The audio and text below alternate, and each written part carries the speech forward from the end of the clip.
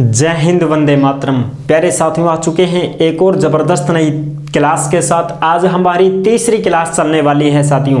Jaipur airport भर्ती 2024 में जो इंटरव्यू तुम्हारा होगा साथियों, उस इंटरव्यू की हमने 2 क्लासें पहले बना रखी हैं। अगर आपने वो 2 क्लासें नहीं देखी हैं तो पहले उन 2 क्लासों को देख लीजिए, उसके बाद में आपको ये तीसरी क्लास देखनी है कि वो 2 क्लासें जो थी वो बहुत ही बेसिक जानकारी के लिए महत्वपूर्ण थी साथियों। तो पहले आप उन 2 क्लासों को जरूर देखें, उसके बाद आप इस तीसरी क्लास को देखें।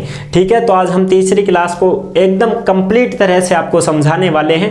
यह क्लास आपके लिए इंटरव्यू में बहुत ही कारगर सिद्ध होने वाली है साथियों। ठीक है, और इसमें बेसिक इंटरव्यू होता है, आप सभी को पता है। बिना परीक्षा सीधी भर्ती होती है एयरपोर्ट पर। जो भी एयरपोर्ट भर्ती निकलती है उन सभी एयरपोर्ट भर्तियों पर handyman, handy women, ground staff जो तुम्हारा इंटरव्यू होता है वो बेसिक नॉलेज से ही संबंधित होता है, यानी कि आपके बारे में ही पूछा जाता है, बाकी कोई जीके वेके के प्रश्न नहीं पूछे जाते हैं साथियों।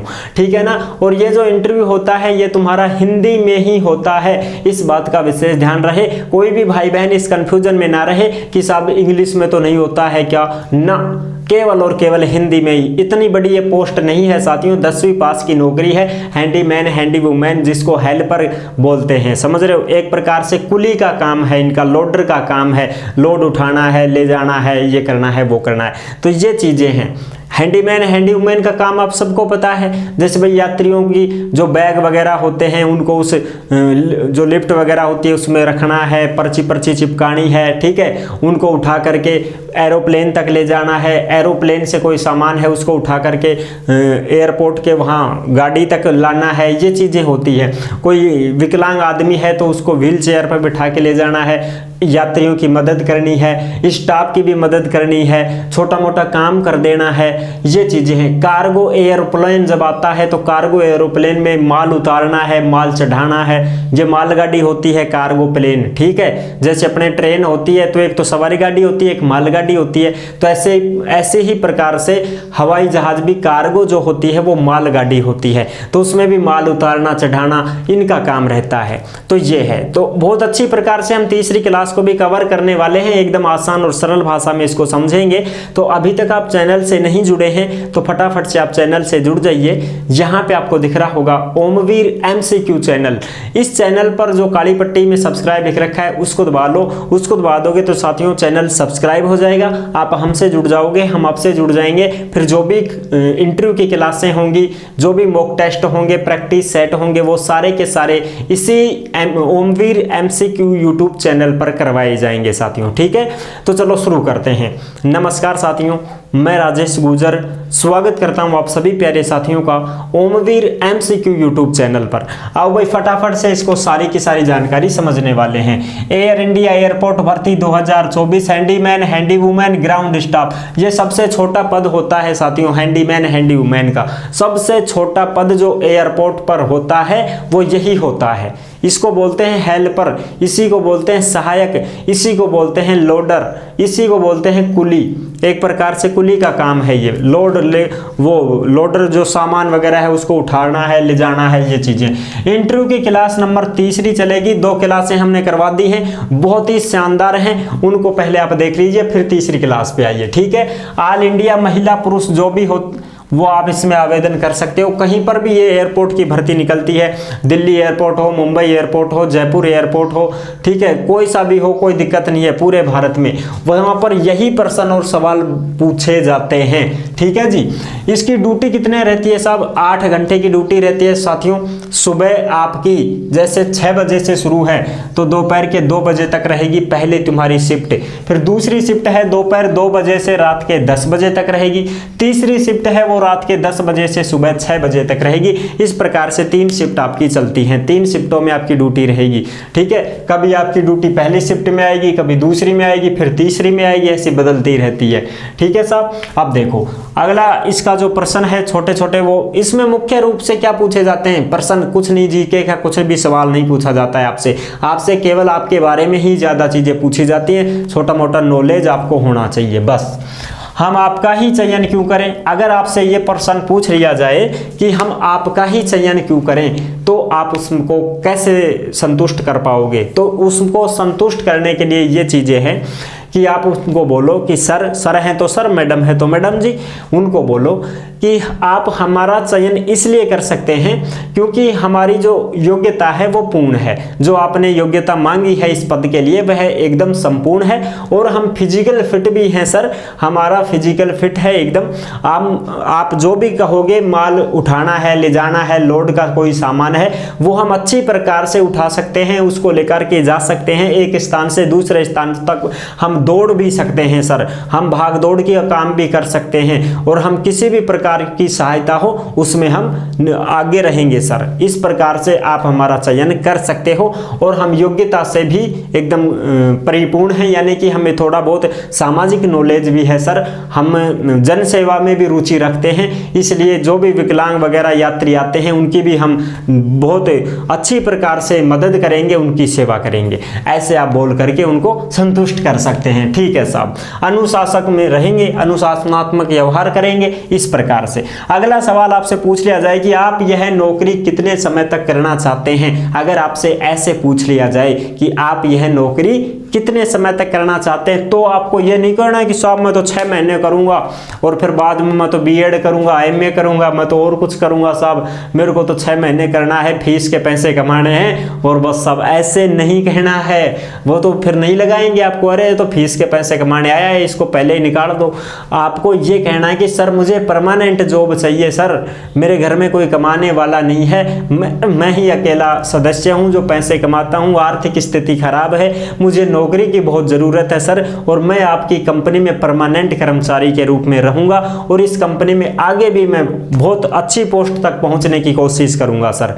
इसलिए आप उनको ऐसा कह के संतुष्ट कर सकते हैं। ठीक है साहब। अच्छा जी, आगे बात करें, एयरपोर्ट के कुछ प्रमुख आईटा कोड होते हैं। आईटा कोड कैसे होते हैं? ये एक विमान क्षेत्र कोड होता है, यानी कि हर प्रकार के अंतर्राष्ट्रीय हवाई अड्डे हैं, जैसे जयपुर हवाई अड्डा है, दिल्ली का है, मुंबई का है, ठीक है, अयोध्या है, अहमदाबाद है, और भी तुम्हारे चेन्नई है, ये सारे जो भी हैं उन सब के आईटा कोड अलग अलग होते हैं। जैसे भाई दिल्ली का हवाई अड्डा है तो उसका आईटा कोड क्या है? DEL, DEL दिल्ली, ऐसे ध्यान रख लेना, DEL दिल्ली। मुंबई का बम्बई कहते हैं, मुंबई को बॉम्बे कहते हैं ना, बॉम्बे, मुंबई को क्या कहते हैं? बॉम्बे कहते हैं, तो BOM बॉम्ब, ऐसे ध्यान रख लेना, बॉम्ब, बॉम्बई, ये इसका आईटा कोड है। जयपुर का JAI जय, जयपुर JAI जय, ये क्या है? जयपुर का आईटा कोड। बेंगलोर का क्या है? BLR बेंगलोर, बेंगलोर, BLR बेंगलोर, ऐसे ध्यान रखना। लखनऊ का क्या है? लखनऊ, LKO लखनऊ, ऐसे ध्यान रखना, LKO लखनऊ। ठीक है, ये इनके अब क्या होते हैं? आईटा कोड होते हैं। वाराणसी का क्या है? VNS वाराणसी, ऐसा आ गया, VNS वाराणसी, हो गया याद? हाँ, कोई दिक्कत नहीं, आराम से याद कर सकते हो, 2-4 बार रिवाइज आप करोगे तो अच्छी प्रकार से आपके रट जाएंगे। फिर भुवनेश्वर का BBI भुवनेश्वर, BBI, ऐसे BBI भुवनेश्वर। ठीक है, भुवनेश्वर, अरे भऊ से भाऊ मान लो ना, भाऊ को क्या बोलते हैं? बीबी भी बोलते हैं, अरे भाऊ को क्या बोलते हैं? पत्नी, बीबी। तो ये भुवनेश्वर है तो भुवनेश्वर है तो बीबी, BBI हो गई, BBI बहु आई, ये चीज है। अयोध्या AYJ, अयोध्या, ऐसे ए, अयोध्या, यो से वाई, और जे और लगा देना, यानी कि अयोध्या में जय श्री राम का डंका बजता है, तो अयोध्या का क्या हो गया? AYJ, ठीक है, AYJ, हाँ AYJ, अयोध्या, AJ, और फिर जय का मतलब क्या होगा कि जय श्री राम का नारा लगाते रहो और अयोध्या में जाते रहो, तो ये हो जाएगा AYJ। अयोध्या का तो हो गया अयोध्या, तो AY अयोध्या, ऐसे हो गया। अब जे का मतलब है जय श्री राम, तो जय लगा देना, AYJ। हैदराबाद, हैदराबाद में HYD, हैदराबाद, HY, हैदराबाद, दे का लास्ट वाला D, ठीक है, हैदराबाद। तो हम हाई बोलते हैं ना, हाई नहीं बोलते हैं, हाय हेलो करते हैं तो HY हाई कर देते हैं, तो अब दे का मतलब बाद, डी, ऐसे, हैदराबाद, HYD, अहमदाबाद, तो अहमदाबाद, AMD, अहमदाबाद, ठीक है, AMD, अहमदाबाद हो गया, AMD, अहमदाबाद। याद हो जाएंगे, प्रैक्टिस कर लेना एक दो बार, बस कोई दिक्कत नहीं है, मैं कोशिश करवा रहा हूं आपसे। अहमदाबाद, AMD, अहमदाबाद, तो अहम, मैं का मतलब मैं, अहम दाबाद, डी, ऐसे, अहमदाबाद, AMD, देहरादून, DED, देहरादून, देहरादून, तो देह से डी, फिर देहरादून, ED, देहरादून, डी आएगा, फिर दू से दू, तो शुरू में डी है तो डी, देहरादून, ED, देहरादून हो गया, ठीक है। पटना, PAT, पट, पहला अक्षर ही क्या है, पट, PAT, पट, पटना। चेन्नई का माँ है, चेन्नई माँ, MAA, ये चेन्नई माँ है, ठीक है साहब। कानपुर, KNU, कन्नू, कानू, या तो कानू याद रख लो तुम, कानपुर का कानू कर देना, KNU, तीन ही अक्षर का होता है, इस बात का भी विशेष ध्यान रख लेना, 3 अक्षर से ज्यादा नहीं बनाना है आपको, ठीक है ना, गलत सलत नहीं करना है। अगर आपको जवाब आए तो ही आप उनको जवाब दें, अन्यथा आप गलत जवाब देने की कोशिश ना करें साथियों, ठीक है, उससे आप फंस सकते हो बिना मतलब में। तुमको पता नहीं है तो तुम सॉरी बोल के काम चला लेना, कोई दिक्कत नहीं रहेगी, ठीक है जी। कानपुर का KNU, कानू, ऐसे याद रख लेना। कोलकाता, CCA, कोलकाता, कोलकाता, सी, फिर सी, ता, ए, कोलकाता, ऐसे, ठीक है, CCA। इंदौर, IDR, इंदौर, इंदौर हो गया, इंदौर, IDR। भोपाल, BHO, भोपाल, पहला अक्षर ही BHO, भोपाल का। ये हैं कुछ साथियों प्रमुख आईटा कोड जो आपको अच्छे से याद भी हो गए हैं और मैंने आपको सारी जानकारी इनकी दे दी है। अब देखो कुछ और मोस्ट देख लेते हैं। इंटरव्यू तुम्हारा हिंदी में ही होगा, इस बात का विशेष ध्यान रख लेना, अंग्रेजी के चक्कर में मत पड़ना भैया। AI एयरपोर्ट सर्विसेज लिमिटेड के CEO कौन है भाई वर्तमान में, इसका भी थोड़ा गूगल पे सर्च करके फिर जाना, ठीक है। आपकी भर्ती कभी भी हो सकती है, अब 24 में है तो 2024 में जो इसके CEO हैं वो हैं राम बाबू चौधरी। और अगर आप आगे भी कभी परीक्षा दो, इंटरव्यू दो, तो आप उस समय गूगल में सर्च वगैरह कर सकते हैं, ठीक है जी। इस कंपनी का काम क्या है साहब, तो ग्राउंड स्टाफ की जिम्मेदारी और कार्गो की जिम्मेदारी संभालना इसका काम है साथियों। इस कंपनी का काम क्या है, एक तो ग्राउंड स्टाफ और एक जो कार्गो है तुम्हारा मालगाड़ी, उसका जो काम है उसको संभालने की ड्यूटी इसकी है। अब इसमें देखो इंटरव्यू में तुम्हारा क्या क्या पूछा जाता है। नॉर्मल पूछा जाएगा, तुम्हारा नाम, योग्यता पूछी जाएगी, तुम क्या पढ़े लिखे हो, कितना क्या एक्सपीरियंस है, किस प्रकार का काम आप जानते हो, पहले आपने कहीं काम किया है क्या, इन चीज़ों के बारे में। फिर अनुभव वगैरह कुछ है तो ठीक है, बेसिक नॉलेज आपसे पूछी जाएगी और एक दो आपसे प्रधानमंत्री, राष्ट्रपति, उपराष्ट्रपति, राज्यपाल वगैरह इनके नाम पूछे जाएंगे। बाकी कुछ भी नहीं पूछा जाएगा, जीके वगैरह कुछ नहीं आने वाली है, बस बेसिक नॉलेज आपसे ही पूछी जाएगी आपके बारे में। फिर आपका इंटरव्यू होने के 1 महीने के बाद में आपका चयन हो जाता है, ठीक है। अगर आपका चयन होगा तो 1 महीने पर ही आपको क्या मिल जाएगा, ज्वाइनिंग लेटर के लिए आपके पास कॉल आ जाएगा या आपके पास मैसेज आ जाएगा।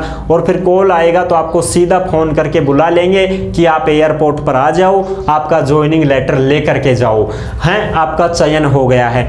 फिर आप 1 महीने बाद अपना ज्वाइनिंग लेटर लेने के लिए जब एयरपोर्ट पर जाओगे तो वहां पर तुमको कुछ डॉक्यूमेंट्स वगैरह दिए जाएंगे। वो डॉक्यूमेंट्स इसलिए दिए जाएंगे कि आपको 15 दिन के अंदर अंदर उनको तैयार करवा करके वापस एयरपोर्ट पर जमा करवाना है साथियों। तो आपको उन सभी डॉक्यूमेंट्सों को तैयार करवाना है और 15 दिन के अंदर अंदर ही तैयार करवा करके आपको एयरपोर्ट पर जमा करवाने हैं। अब उनमें से मुख्य जो डॉक्यूमेंट्स हैं वो मैं आपको बता देता हूं। जैसे चरित्र प्रमाण पत्र आपको बनवाना है, किसी भी लेक्चरर से साइन करवा लो, किसी डॉक्टर से साइन करवा करके आप चरित्र प्रमाण पत्र बनवा सकते हो, वो चाहिएगा। विवाहित हो तो विवाह प्रमाण पत्र, अविवाहित हो तो अविवाहित विवाहित प्रमाण पत्र, मेडिकल वगैरह, तुमको पुलिस वेरिफिकेशन वगैरह ये तुमको बनवाना है खुद को। मेडिकल किसी MBBS डॉक्टर हैं सरकारी अस्पताल से, उनके पास से बनवाना है। और तुम्हारा जो पुलिस वेरिफिकेशन है वो तुम्हारे थाने से बनेगा। तुम्हारा पुलिस स्टेशन कौन सा है तुम्हारी तहसील में, वहां से बन जाएगा। PF डोमेशन यानी कि आपका PF वगैरह फॉर्म है, ESI का फॉर्म है, वो तुमसे भरवाया जाएगा और इन पर साइन वगैरह करवा करके और तुमको क्या दे दिया जाएगा, ज्वाइनिंग दे दी जाएगी साथियों। जैसे ही तुम ये डॉक्यूमेंट जमा करवा दोगे तुमको ज्वाइनिंग मिल जाएगी और फिर आपको 1 दिन की ट्रेनिंग मिलेगी। 1 दिन की ट्रेनिंग होने के बाद में 1 महीने का पास आपका बनेगा। 1 महीने का पास जो होता है वो आई कार्ड होता है, उससे आपको 1 महीने तक ड्यूटी मिलेगी एयरपोर्ट के ऊपर। ठीक है साथियों, फिर 1 महीने के लिए ही बनाएंगे क्या साहब, फिर बाद में बाकी, अरे फिर 1 महीने की ड्यूटी पूरी कर लोगे ना आप, उसके बाद में फिर आपको 1 दिन की ट्रेनिंग दी जाएगी और फिर आपका 12 महीने के लिए पास बना दिया जाएगा, ID कार्ड बना दिया जाएगा। फिर आपको 12 महीने तक उसी ID कार्ड से अपन को अंदर रहना है, एयरपोर्ट पर काम करना है। क्योंकि साथियों सिक्योरिटी जो होती है वो एयरपोर्ट पर किसी को भी नहीं आने देती है, या तो उसके कर्मचारी रहेंगे या उसमें जो यात्री हैं जो उनके पास सब कुछ होता है डॉक्यूमेंट्स, वो आएंगे अंदर, बाकी कोई भी अंदर नहीं आ सकता है। ये कोई रेलवे की तरह नहीं होता है कि कोई भी अंदर आ जाएगा और कोई भी चला जाएगा। उसमें ID कार्ड वगैरह है तो ही कर्मचारी अंदर जा सकता है। रनवे तक कौन जाएगा, जिसके पास वो रैंक जैकेट होती है ना, इन कर्मचारियों के पास आपने बहुत देखी होंगी, वो लाइनदार होती है, जालीदार सी, वो होती है साथियों रनवे तक घूमने के लिए। हवाई जहाज को साफ सफाई करने वाले जो भी हैंडीमैन हैं, इनके पास ये रैंक जैकेट होती है साथियों। ठीक है ना, ये चीजें हैं। फिर आपको 12 महीने का पास मिल जाएगा। 12 महीने के बाद में फिर आप एक बार ट्रेनिंग लोगे, फिर उसके बाद और 12 महीने के, फिर 12 महीने का ऐसे आपका कॉन्ट्रैक्ट बढ़ता रहेगा और आप काम अच्छा करोगे तो आपको लगातार वहां पर 12-12 महीने का कॉन्ट्रैक्ट आपका बढ़ता रहेगा। आपको जो वेतन मिलेगा उस वेतन का 10% वेतन वृद्धि भी होगा। जैसे भाई मान लो आपकी तनख्वाह 18,000 है तो 1 साल के बाद में 10% और बढ़ेगा आपका पूरा वेतन 1 साल में। तो 18,000 के 10% कितने हो गए, 1800 रुपए हो गए।